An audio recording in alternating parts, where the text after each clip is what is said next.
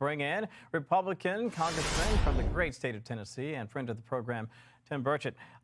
Listen, I just want to walk you through some of the frustration that I think Americans have when they hear people like the Arizona senator make the claim that, well, Americans are going to lose their health care, when in fact what's going on here, the Democrats are playing a little sleight of hand here.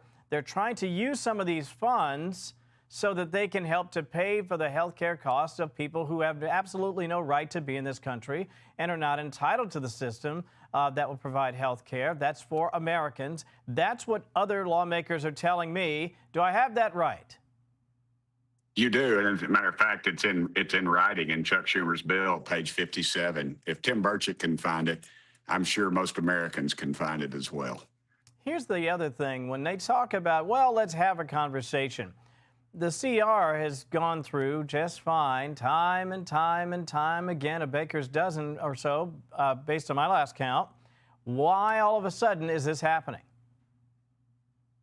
Well, it's because Chuck Schumer, he wants to cause as much pain as he can. He's got to appease that far-left Marxist base that's going to win the once great city of New York, the mayor's race there, an anti-Semitic person, communist, to say the least. And that's who he's got to appease. He sees AOC creeping up behind him, and he knows if she announces tomorrow she will have that. That is no longer Chuck Schumer's base. Chuck Schumer's probably not a communist. He's probably just a far lefty. And he realizes that, so he's got to have that base, and he's going to cause the country to suffer. And shame on the Democrat Party, because in the past, Schumer could just put out something. It didn't have to be the truth, but you know, ABC, NBC, CBS, MSNBC, CNN, all the cluck heads on The View, they just mimic what he said, and every single Democrat could hide behind Chuck Schumer's skirt. Well, thank goodness for Fox News and a few others, and these podcasters that are they're putting the truth out, because America realized that's a lie. You know, I have a lady that married to a buddy of mine, and she'll drunk text me about every night. She gets in her wine, and she's blaming everything on Trump. And she's an educated lady. I went through school with her. And she tells me that this is all the Republicans' fault. And then when I explained to her, the Republicans only have 53 votes in the Senate. They need 60. Then she says, oh, I didn't realize that. These are educated people. We need to make sure we're messaging that, Kevin. And thank you so much for bringing this topic up, because the Democrats do not care about poor people. All they care about is power. That's what you see in Washington, and frankly, both parties a lot of times. It's about power and control. Donald Trump understands that. He said he'll negotiate. Just open the dadgum government. How easy is that? All you need is 4 or 5 more Democrats in the Senate to cross over with Fetterman and a few of those that have the guts to do something. But instead, no. They want America to suffer, and they're still drawing their paychecks every dadgum day.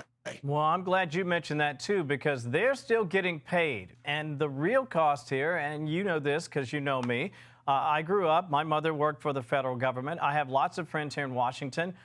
They are single. Some of them are divorced or widowed, or both of them work for the federal government. And this is a real crisis for these people. And the fact that some in office have absolutely no apparent care that real families are going to be suffering if they don't open up this government is mind-boggling to me, and I would think this would be political suicide, and yet they keep driving this downhill. I don't understand it. Do you? I do understand it. It is about power and control. It is the arrogance of power that they think that we cannot survive without them. Well, I'll tell you what, Democrats in the Senate and the House, we can survive without you. And dadgummit, when the primaries and the next general election roll around, these midterms, you're going to all be out looking for work. And it's unfortunate that they're sacrificing these poor folks that work for the federal government right now, and the poor folks on SNAP as well. It's a pathetic show of arrogance that they have. No days off. Get to work. And I know you're working hard to try to get that government reopened.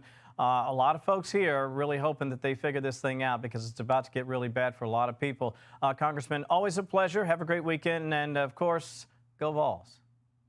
Go Vols. Kevin, outside of the Lord, my wife, my daughter, you're number 4 on my list, who I'd like to spend a Sunday with. So thank you, brother. Thank you, brother. I appreciate that. We'll talk to you again real soon. The great Tim Burchett from the great state of Tennessee. Hey, it's Will Cain. Click here to subscribe to the Fox News channel on YouTube. It's the best way to get our latest interviews and highlights. And click to subscribe to the Will Cain podcast for full episodes right now.